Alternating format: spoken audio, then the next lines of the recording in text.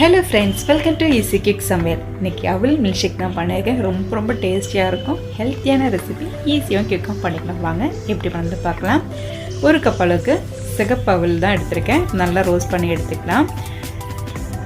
Medium ஹீட்டில் வச்சு நல்லா ரோஸ்ட் பண்ணி எடுத்துக்கோங்க. இது ஒரு பாத்திரத்துக்கு மாற்றிட்டு அதே ஃப்ரைங் பேனில் வேர்க்கடலை அரை கப் அளவுக்கு எடுத்திருக்கேன். இது நல்லா ஃப்ரை பண்ணி எடுத்துக்கலாம்.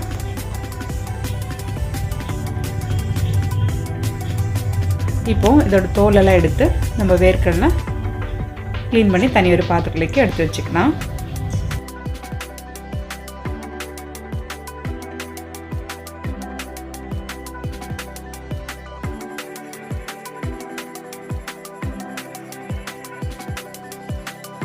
ஒரு 1/2 லிட்டர் பால் நல்லா காய்ச்சி எடுத்து வச்சுக்கலாம். இப்போ 4 வாழைப்பழம் எடுத்துருக்கேன். இதோட தோல் எடுத்துகிட்டு நம்ம நல்லா மசிச்சு எடுத்துக்கலாம்.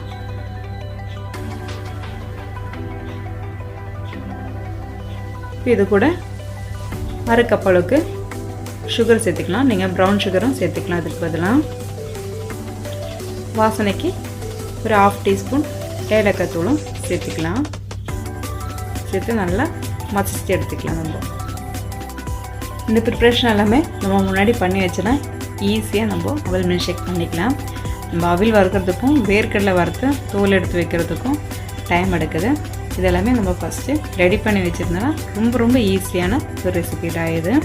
இப்போ நம்ம குடிக்கிற கிளாஸில் இதை மாற்றிக்கலாம்.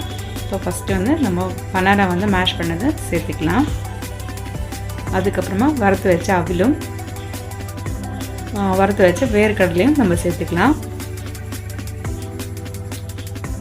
இப்போ நம்ம காய்ச்சி வச்ச பால் சேர்த்துக்கலாம்.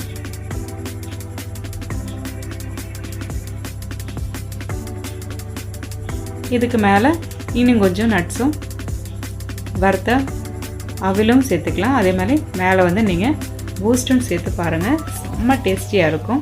ஒன்ஸ் நீங்கள் செஞ்சு பார்த்து எப்படி இருக்குன்னு சொல்லுங்கள்.